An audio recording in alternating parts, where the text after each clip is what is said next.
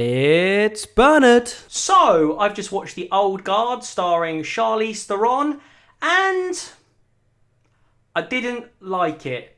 Now, I've said this before, and I'll say it again. I don't like to shit on filmmakers, I don't like putting that out there.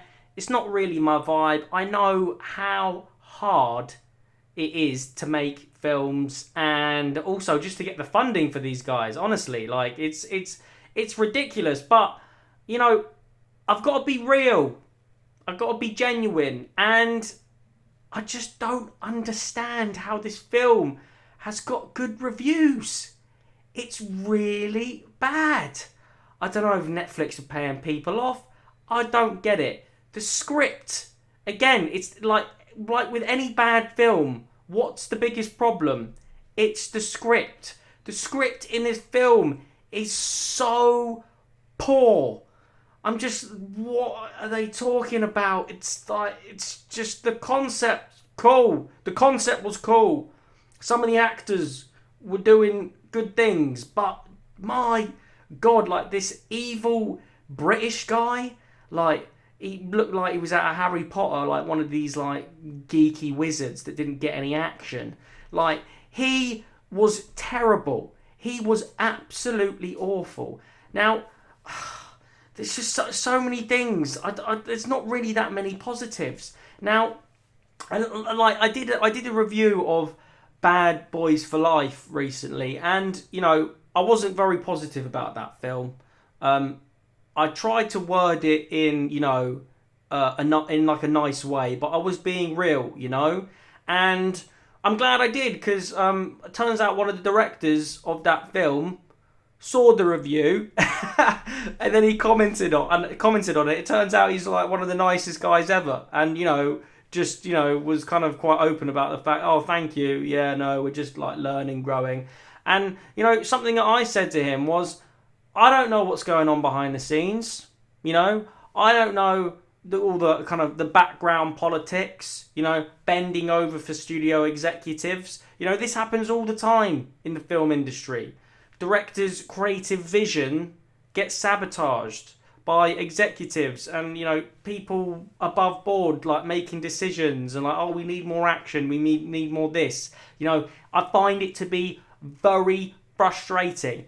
You get your house built by a builder, okay? You don't like take the builder out of the way and go, sorry mate, I'll do some of the building. No, you pay the builder to do a job. But for some reason, in the film industry, this is just the way it is. And the lady that directed this, it's her first big film. Gina Price Bythewood. And she's been doing great things in the indie film industry. I've seen some of her independent films. They're good films. She's obviously had creative control in those films, and I'm just feeling like she didn't have creative control in this film. I don't know that, but that's just the feeling that I'm getting.